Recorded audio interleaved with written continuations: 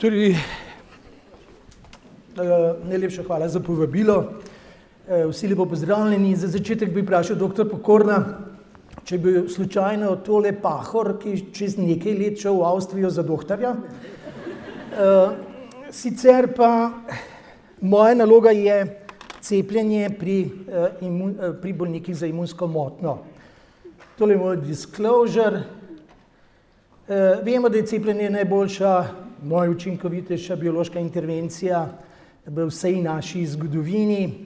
Enako velja tudi za Slovenijo. Vidite, kako so dramatično padle določene infekcijske bolezni s cepljenjem. Ko govorimo o bolnikih za imunsko motnjo, moramo razlikovati, ali je to huda imunska motnja ali je nizka stopnja imunske motnje. Torej, tukaj so naštete bolniki, bolezni z hudimi imunskimi motnjami, prirojena huda kombinirana oblika imunske pomanjkljivosti, seveda bolniki, ki so na kemoterapiji, predvsem hematološki, pa seveda tudi solidni tumori, prve 2 meseca po presaditvi čvrstih organov, bolniki z HIV-om, ki imajo slab imunski sistem, ki ga lahko kvalitetno zmerimo za koncentracijo celic CD4, pri otrocih je to delež celic CD4, tisti, ki so na glukokortikoidih, ne kar vsi po vrsti, ampak tisti, ki imajo odmerek več kot 20 mg prednizona, več kot 14 dni, določena biološka zdravila, ki se tudi razlikujejo med sabo po presaditvi krvnotvornih matičnih celic in pa nizka stopnja imunske pomanjkljivosti, bolniki za HIV okužbo, glukokortikoidi in pa teli citostatiki v nižjih odmerkih. Se opravičujem, večina predavanj bom imel v angleščini, govoril bom v slovenščini, da se malo odkupim, sem vam pa poslal članek na to temo, ki sva ga napisala z dr. Zakotnikovo. Torej, kadarkoli včeraj, danes poslušate seveda cepivo, učinkovitost, varnost, to sta dve glavni zadevi, ki sta zelo pomembni. In stereotipno je, da osebe, ki imajo imunsko motnjo, potem pa še cepimo, ne, in veliko tudi zdravnikov tako pomisli in tako reagira. Mimogrede, največ škode cepljenju naredijo zdravniki, določeni zdravniki, celo kakšne korifeje, kakšni kirurgi, profesorji in podobno, ki včasih kar mimogrede rečejo ne samo bolnikom ali pa dotični posamezni osebi, ali pa včasih kar generalno, kar celemu auditoriju, da je cepljenje, sploh če gre za osebo z imunsko motnjo, lahko škodljivo in lahko seveda pride do česa. Do antigenske stimulacije teoretično, ki sproži vzplamtenje ali pa začetek kroničnih vnetnih bolezni.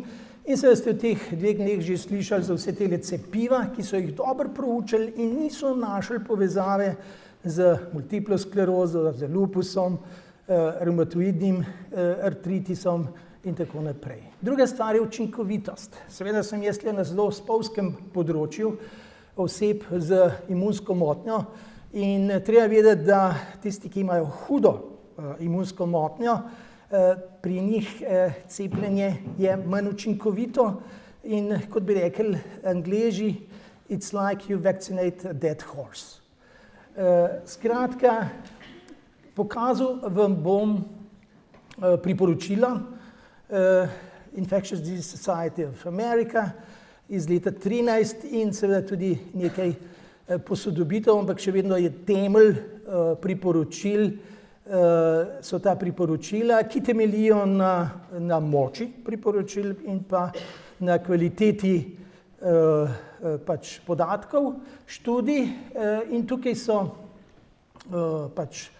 močna priporočila, ki potem grejo z kvaliteto podatkov navzdol, ampak vsa ta priporočila imajo želene učinke, ki odtehtajo neželene in veliko temeljijo tudi na RCT študijah, Randomized Clinical Trials, in potem so šibkejša priporočila, kjer želeni učinki so blizu, da odtehtajo neželene učinke, in vam bom seveda tudi pokazal pri posameznih boleznih, ker tudi seveda imunska motnja je zelo, bi rekel, širok diapazon in je treba posamezno imunsko motnjo obravnavati in pa kako pristopimo cepljenju. Torej, kdo je odgovoren, da so osebe z imunsko motnjo cepljene? Odgovorni so specialisti, torej tisti, ki se ukvarjajo, hematologi, bolniki, onkologi, gastroenterologi, dermatologi, infektologi in tako naprej, in pa tudi družinski zdravniki. In to se je treba zavedati, da se ne prepušča ta odgovornost enemu drugemu, ampak da tisti, ki bedi nad osebo z imunsko motnjo, veste pa, da sodobna medicina je proizvajalka imunskih invalidov, seveda z presajanjem, z podaljševanjem bolnikov z rakavimi bolezni in tako naprej, biološkimi zdravili in tako. Kadarkoli posegamo v imunske odzive, seveda posegamo tudi v odpornost proti mikrobom in takrat nastopamo infektologi, ki smo infiltrirani v vse veje medicine. Skratka, in tudi te specialisti so odgovorni tudi za družinske člane oziroma osebe, ki živijo v skupnem gospodinstvu. Tole je pravzaprav najpomembnejše, kar bom povedal, da je potrebno misliti na preventivo, preden osebo začnemo zdraviti z imunosupresivnimi zdravili in da živa cepiva in osebe z imunsko motnjo ne grejo skupaj, saj večinoma ne, so pač seveda določene izjeme, ampak preden pač začnemo zdraviti z tovrstnimi zdravili bolnike, so živa cepiva dovoljena več kot 4 tedne pred začetkom zdravljenja.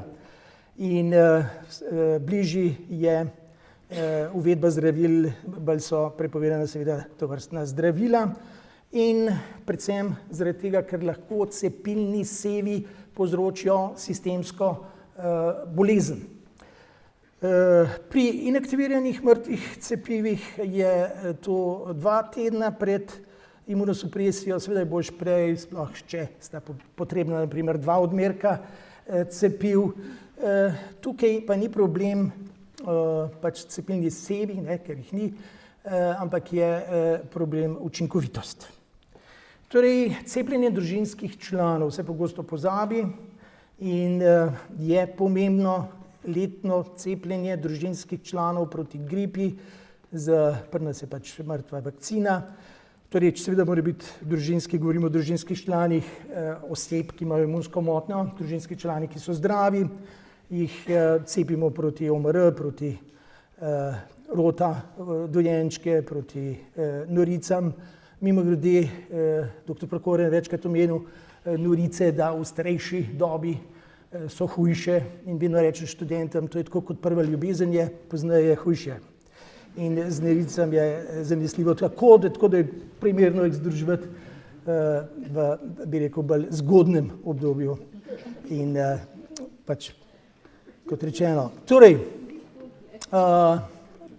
tudi proti zostru jih cepimo, potem za potovanja, prepovedano pa je živo cepivo proti poliju, ki je seveda vsebuje veliko virusa in je nevarnost sevov in pa prenosa, in pa tudi, če je zelo oseba imunsko oslabljena, naj ne previja dojenčka, ki je bil ravno cepljen proti rotavirusu, in skratka tudi, če je imunokompetentna oseba cepljena proti noricam, proti zostru in slučajno pride do nekaj eflorescenc, taka oseba torej oseba v tem družini, ki ima imunsko motnjo, se mora pač izločiti iz možnega kontakta.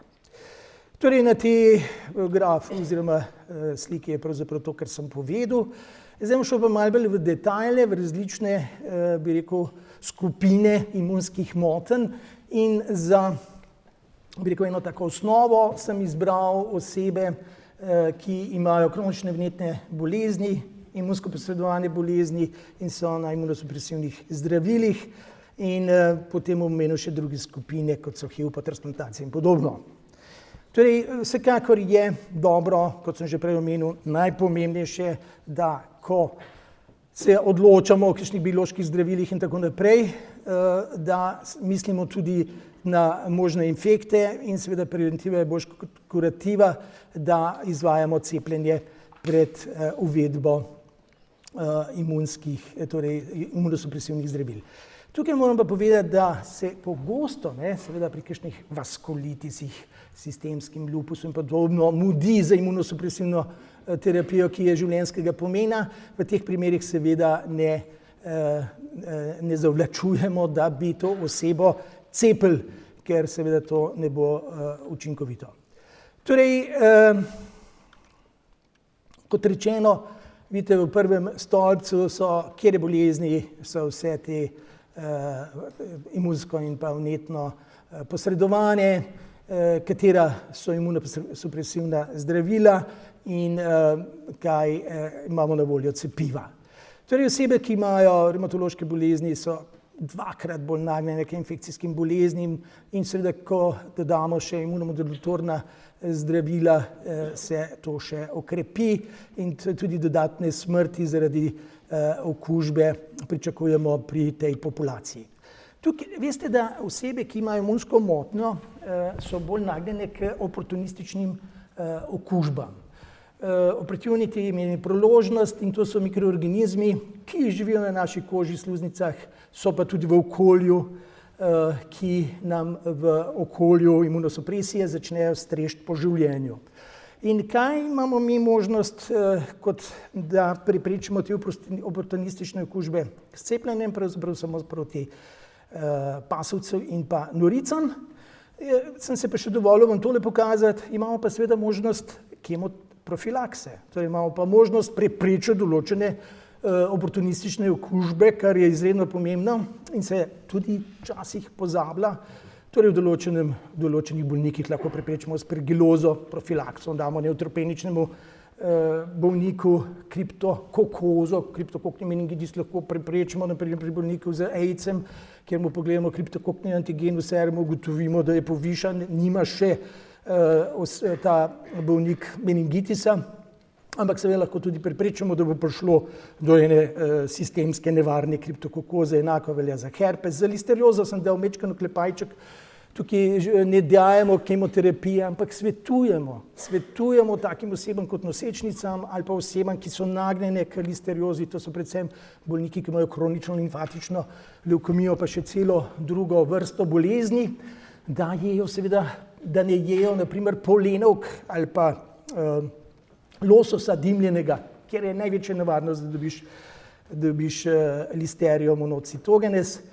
In pa seveda tudi imaš dobro higieno, ker preživi tudi v hladilniku. Skratka, svetujemo, tako kot vsem imunosuprimiranim, svetujemo glede obnašanja, glede prehrane, glede dela v podstrehi na vrtu in podobno. Mikrobakterija avium je bila že omenjena in dajemo makrolide določeni skupini bolnike. Pneumociste, veste, da damo trimetoprim sulfametoksazol za preprečitev ne samo pri bolnikih s okužbo, predvsem pri bolnikih, ki prejemajo steroide več kot 20 mg več kot 14 dni. Toksoplazmozo tudi preprečujemo s trimetoprim sulfametoksazolom, skratka to mimo grede. Ampak gremo naprej z našim delom. Torej, kaj pomeni recommended, smiselno dajanje, prepovedano, low in high level imunosupresije. Skratka, še vedno imamo bolnike, ki imajo vnetno imunsko posredovano bolezen. Najbolje, vidite, če pogledamo te, R-jev je malo, R je samo recommended, je samo pri pneumokoku, sicer je na svet pač smiselno cepiti. Seveda pri low level, pri high level je več X-ov, ker je kontraindikacija za cepljenje, pa gremo lepo po vrsti. Kadar imamo možnost pri osebi, ki je imunsko oslabela, da imamo na voljo konjugirano cepivo, bomo dali konjugirano cepivo. Pri hemofiliusu seveda to imamo. Kako je s hepatitisom A in B? Če je oseba ni imuna proti A in B, jo bomo cepili s Twinrixom, skratka s cepivom, ki vsebuje obe cepivi proti A in B in je tudi bolj imunogeno za B. Še nekaj zelo pomembno, kjer imamo osebo, ki je bolje imunsko oslabela, bolj je pomembno, da preverjamo učinkovitost cepljenja. In pri hepatitisu A, B imamo možnost, da preverimo, kakšna je učinkovitost cepljenja. In zdaj, veste, cepijo se v 6. razredu, naprimer študenti medicine. In ko so še v osnovni šoli in ko se zdaj vpišejo na medicine, vse pogledamo, ali imajo anti-HBS v titru več kot 10 internacionalnih enot na liter. 40% nima. Zanimivo, nima anti-HBS-a v tem titru, ko pa dobijo booster, pa jih ima več kot 90% zaščito. Kaj šele osebe, ki so imunsko oslabele, tako da je treba preveriti titer in če ni dovolj velik, tako osebo damo lahko booster, to velja, bi rekel, tudi vzorec za druga cepiva ali pa ponovno cepimo. Pri B hepatitisu je možno, da damo potem 4 režim z 4 cepljenji, normalno je 0,1, 6 do 12, tukaj cepimo 0,1, 2, 6 do 12, dajemo dvojni odmerek in če je zelo rezistentno, je možno potem tudi še, bi rekel, aplikacijo nekoliko spremeniti intradermalno. Skratka, gremo naprej, vsake 10 let, veste, se revakciniramo proti tetanusu in to je seveda zelo priporočljivo.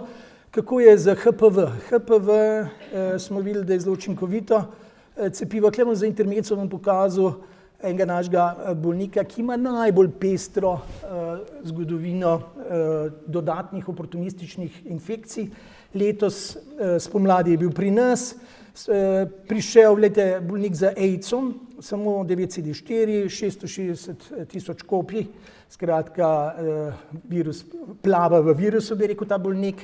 Imel je pneumocistis pljučnico, sindrom hujšanja, oralno in ezofagalno kandidozo, sistemsko okužbo s kriptokokom, kriptokokni meningitis, reaktivacijo CMV, Addisonovo bolezen, najverjetneje zaradi CMV adrenalitisa, akutni HCV, KNS sepso, koglazno negativen stafilokok sepsa, sifilis, nejasni abscesi po jetri, najverjetneje povezane z kriptokoki, izrazita diseboreja, levkopenija, limfadenitis povzročen z mikobakterijem avium, kompleks bezgavke levo, to so se pojavile pol, ko smo ga že odpustili zaradi irisa, to je pač vnetni sindrom imunske obnove, ki se imunski sistem obnovi, včasih kakšne okultne, oportunistične okužbe se pokažejo, ker veste, infekcijska bolezen je vedno odraz mikroba in odziva imunskega sistema in če je imunski sistem tako anergičen, vidite, ta mikobakterija, ki je bila v njemu,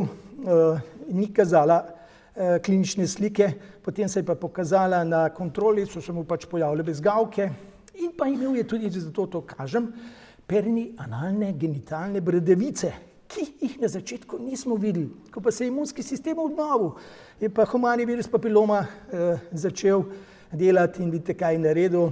In ta bolnik nas je koštal 50 000 evrov. Skoraj bi že obnovili našo kliniko. Skratka, seveda smo mi dobili veliko manj, ker je naš zdravstveni sistem tak, da enostavno ne moreš dobiti toliko, kot zapraviš za bolnika. Torej, kaj ne rečem, cepljenje je priporočeno za deklice, priporočeno je pa tudi seveda za dečke. In sicer od 9 do 26 let te dobe se majčkeno razlikujejo in če dalje bolj bo priporočen tudi za dečke. Na voljo je zdaj 9-valentno cepivo Gardasil, če ne veste, v Sloveniji včasih je bilo 2-4, zdaj je že 9-valentno, verjetno se bo še povečevalo, ker preprečuje karcinom v tem predelu moški, ženski in pa tudi spolne bradavice. Influenca smo že slišali, seveda je dobro pri osebah starejših od 6 mesecev, letno cepljenje, razen za osebe, ki so res zelo imunsko oslabele, kjer pričakujemo, da učinek ne bo zadovoljiv. Itak je problem, veste, cepljenja proti influenci, učinkovitost cepiva, seveda, ki se že pri imunokompetentnih starostjo zelo manjša. In Angleži so tako brihtni, kdo najbolj prinaša influenco, otročiči. Oni so največji prenašalci, zato Angleži cepijo otroke. Oni so že 3 stopnje pred nami in to delajo rutinsko in seveda s tem manjšajo bazen za izvor influence. Torej, potem je cepljenje tudi priporočeno pred, če slučajno niso bili cepljeni, potem imamo na voljo proti ošpicam, mumpsu, rdečkam, ampak je že dr. Pokorn pokazal, kakšna velika precepljenost je pri nas. Proti meningokoku v določenih situacijah imamo tudi konjugirano cepivo, bom malo pozneje pokazal. Pnevmokok se bom malo bolj zadržal. Vemo, da je kapsula tista, ki je virulenčni faktor, ki določa serotipe proti telesa, proti kapsuli, so zaščitna, da je pnevmorezistenca problematična, tukaj vidite A, rezistenca proti penicilinu, B, proti makrolidom, tudi Slovenija je tukaj vrščena kar dobro. Če gledamo samo pediatre, bi mogla biti še v kakšnem drugem področju. Skratka, kaj imamo na voljo? Na voljo imamo polisaharidno cepivo, 23-letno, ki je že leta in leta, kjer v bistvu tale polisaharid povzroči eno kratkotrajno imunost, ni imunskega spomina, seveda tudi pri otročičih neučinkovito. In potem imamo 13-valentno cepivo, konjugirano, ki pač na kratko pride do delovanja limfocitov B in celic te pomagalke in seveda zaradi tega je imunski spomin in primeren tudi za otročiče. Skratka, različni pristopi so v svetu, ne bomo šli v detajle, ampak bom pokazal naša priporočila iz letošnjega leta. Torej, moram reči, da je tukaj šlo naprej in da se širijo indikacije za cepljenje proti pnevmokoku, ki ga plača zavarovalnica. In vidite, okrnjena imunost, ne bom bral tega, ampak v glavnem grejo vsi skoraj osebe za imunsko motnjo, grejo v to kategorijo in pa tudi osebe po presaditvi krvotvornih matičnih celic. Kako cepimo? Cepimo tako, da te osebe pošljejo na specialisti na območne enote NIJZ in napišejo, da so pač osebe za imunsko motnjo in potem jih cepijo z konjugiranim 13-valentnim cepivom in čez 8 tednov še z polisaharidnim cepivom, ki je malo širši in z idejo, da malo povečamo ta spekter, kljub temu, da je seveda to polisaharidno cepivo slabše imunogeno. Če pa je bila že oseba cepljena z polisaharidnim cepivom, pa je lahko cepljena z konjugiranim še čez 1 leto, vse to zaradi imunogenosti. Kako je z revakcinacijo? Enkrat po 5 letih za osebe z okrnjeno imunostjo, torej revakciniramo z polisaharidno vakcino. Konjugirano damo enkrat, čez 8 tednov, zdaj bom rekel tako, večina kako cepimo, čez 8 tednov cepimo s polisaharidno in potem po 5 letih ali več še revakciniramo z polisaharidno. In to je plača zavarovalnica. Torej, če kaj velja pri imunsko motenih in pa preko populaciji nasploh, je cepljenje proti gripi in proti pnevmokoku. Če cepimo proti tema dvema infekcijskima boleznima, smo veliko naredili za zmanjšanje hospitalizacije, smrtnosti in tako naprej. Torej, že omenjene norice. Tukaj seveda imamo možnost samo za osebe, ki niso imune. Za osebe, ki niso imune, je že smiselno, da jih cepimo, ki bojo čez 4 ali več tednov postale imunsko moteni bolniki. Je smiselno, da jih cepimo. Pač, kot rečeno, ne smemo pa cepiti osebe za imunsko motnjo, ker je to pač živo cepivo. Še 14-krat več virusa ima cepivo proti pasovcu, kjer pač cepimo osebe starejše od 60 let, tudi 4 tedne pred planirano imunosupresijo, ali pa tudi osebe med 50 in 59 letom, tudi 4 tedne pred planirano. Seveda, ne vem, če veste, ampak cepljenje proti pasovcu velja tudi za osebe, ki so imune proti, so prebolele norice oziroma imajo IgG-je proti VZV virusu in so starejši od 50 let in so imunokompetentne. To so vse osebe, pri katerih je indikacija za cepljenje proti pasovcu, zato ker incidenca pasovca z leti se povečuje in pri osebah starejših od 80 let je seveda več kot 50% možnosti ali pa še več, da bojo dobili pasovec, ki je pa izredno zoprna bolezen, sploh v starosti, predvsem zaradi postzoster nevralgije, ki je pa grozna bolečina in postanejo potem odvisniki od analgetikov, kvaliteta življenja se podre in tako naprej. Cepivo je na voljo pri nas, žal ga uporabljamo relativno malo. Dobro, prehajam na splenektomiran bolnik in v bistvu tole povzemam iz knjige Infekcijske bolezni in prispevek dr. Pokorna, tako da lahko kakšno fotografijo narediš.